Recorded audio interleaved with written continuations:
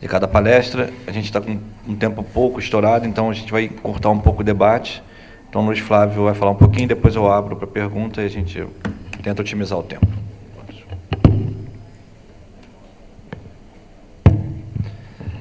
É muito interessante a gente ver que, a partir do momento que a gente atinge um certo status quo, ainda tem coisa para a gente atingir, coisas para facilitar, coisas e novos desafios. E cada um dos três que aqui estiveram puderam mostrar muito bem que isso pode ser completamente atingível. Eu tenho algumas perguntas para cada um deles, mas eu vou deixar isso para depois, para dar oportunidade para o pessoal da plateia poder se manifestar. Alguém tem alguma pergunta?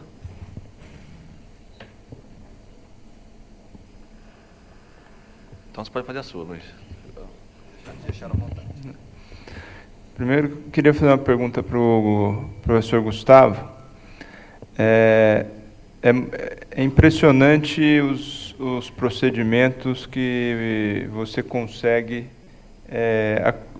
fazer com a mini-laparoscopia. E aí eu te faço uma pergunta: qual que seria o limite da mini-laparoscopia? O que não dá para fazer por mini-laparoscopia? Essa pergunta foi excelente. A princípio, se você utilizar técnicas combinadas, não há limite para a mini-laparoscopia. Como a gente falou durante a apresentação, quando você tem grandes sangramentos, você precisa de um bom succionador, você vai precisar de um succionador de 5 milímetros, e não tem nenhuma vergonha, isso não é uma religião, você colocar um portal de 5 milímetros para fazer uma cirurgia mais adequada. Se você necessita de muita tração e muita pressão, você vai precisar de uma pinça forte, você vai precisar de uma pinça de no mínimo 5 milímetros. Se o órgão pesa, por exemplo, 1 quilo, 1,5 kg de baço, você vai precisar de uma pinça de 5 milímetros para expor o baço.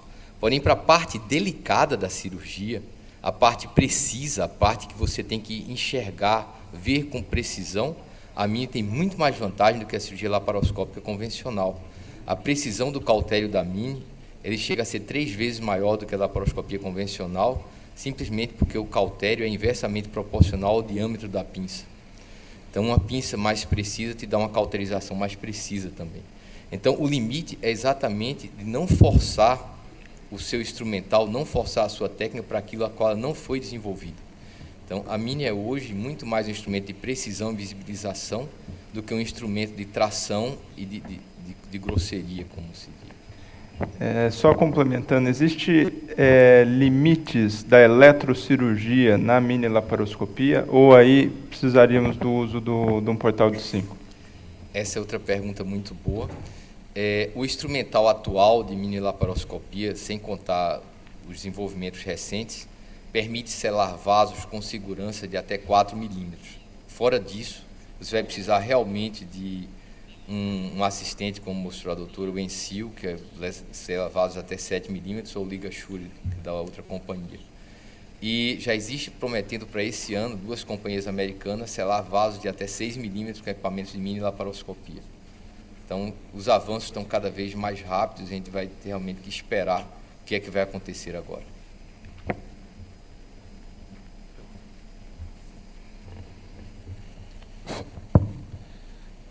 Eu queria fazer uma colocação para a mesa, talvez, diante da colocação, eu queria ouvir as respostas em cima dessa colocação que eu vou fazer. Primeiro, parabenizar, as apresentações foram brilhantes mesmo, e parabenizar o Congresso por trazer palestras desse porte para a gente. O que eu queria colocar é uma visão assim do Brasil diante disso que a gente viu aqui no Congresso que está acabando hoje, né? Porque acabei de ver brilhante a apresentação da esterectomia vaginal, que eu acho que diz muito para a nossa realidade do país, né? É uma técnica de custo baixo e uma técnica que a gente consegue praticar nos centros de menores portes, que no Brasil isso é muito comum. Então, eu acho que essa técnica que você expõe, talvez com custo mínimo de ter um instrumental especial, mas a gente vê que ela é aplicável ao nosso país. A mesma coisa o que o Gustavo trouxe para a gente, eu acho que assim, o custo da mini-laparoscopia totalmente acessível a grandes centros brasileiros, né? Não onde a nossa presidente quer levar os médicos cubanos, mas nos grandes centros brasileiros a sua mini-laparoscopia é extremamente acessível.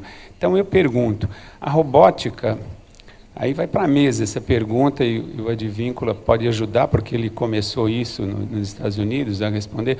A robótica, eu acho que vai ficar muito tempo limitada no nosso país, porque não sei se justifica você ter todo um instrumento deste porte para fazer uma esterectomia.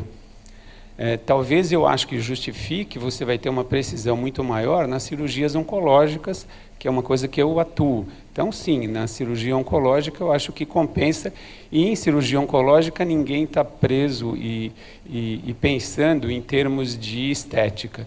Então, eu não sei, eu acho que eu queria esta visão, os americanos trazendo para o Brasil uma técnica de acessível utilização no nosso país, e outra que eu acho que é um pouco distante. E no meio entra um brasileiro trazendo esta inovação, que eu acho que realmente é um grande avanço. Eu não sei, eu queria fazer que vocês comentassem isso daí. Muito obrigado.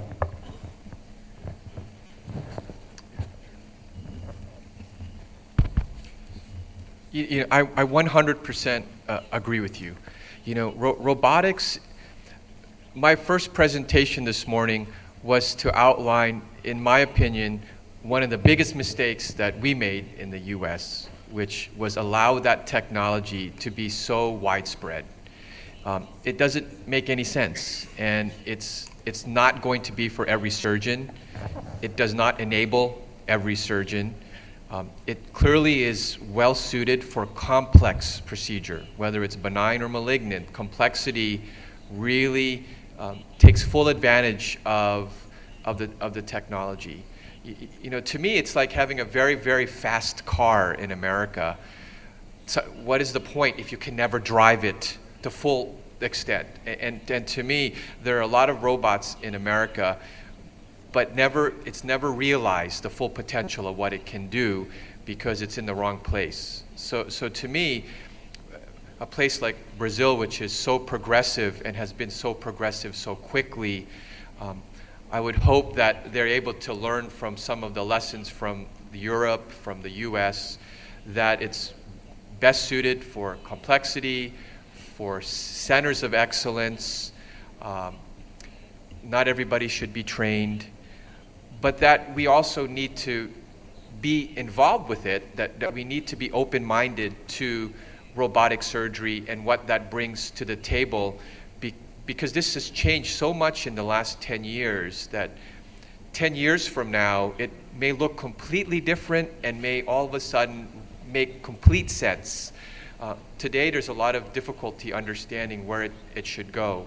But I think we need places, and places like Brazil, to be a leader in researching it, to know where it goes next. And that's where I see the technology. You need people willing to pioneer it, but do it responsibly. And I think that's the important point. So I 100% agree with you. I don't think it's something that can just be everywhere, but it is important to be part of that evolution. Obrigado. If I may just comment as well, that what I wanted to show with that study from JAMA was that the good things about the robotic approach, certainly in the United States, is that it has increased the awareness of the minimally invasive approach, that for the first time, that with the rise in robotic procedures that are done, the laparoscopic procedures also increased, and for the very first time in the last 15 to 20 years, the number of abdominal procedures has dropped. That's because of the impact of the robotic approach and the advance in technology. Bom, pela neta da hora, a gente podia ficar aqui 2 horas discutindo só isso. Para finalizar, eu só queria, como questão de filosofia, eu acho que se a gente, seja lá em que caminho você trilhe, seja mini, seja laparoscopia convencional, robô, vaginal, acho que o importante é a mensagem que até a Rosane colocou no slide dela: quanto menos cirurgia aberta a gente fizer, é o melhor para a nossa paciente. Então, acho que essa, independente do que você escolher, essa deve ser a mensagem final da mesa. Onde o futuro você estiver, que no futuro você faça menos cirurgia aberta possível. Acho que essa deve ser a mensagem final da mesa. Então, eu queria parabenizar todos os componentes pelas brilhantes apresentações. Acho que realmente estimulou todo mundo a buscar cada vez mais procedimentos minimamente invasivos. Agradecer ao Luiz Flávio pela companhia e pelo debate. Agora vamos dar seguimento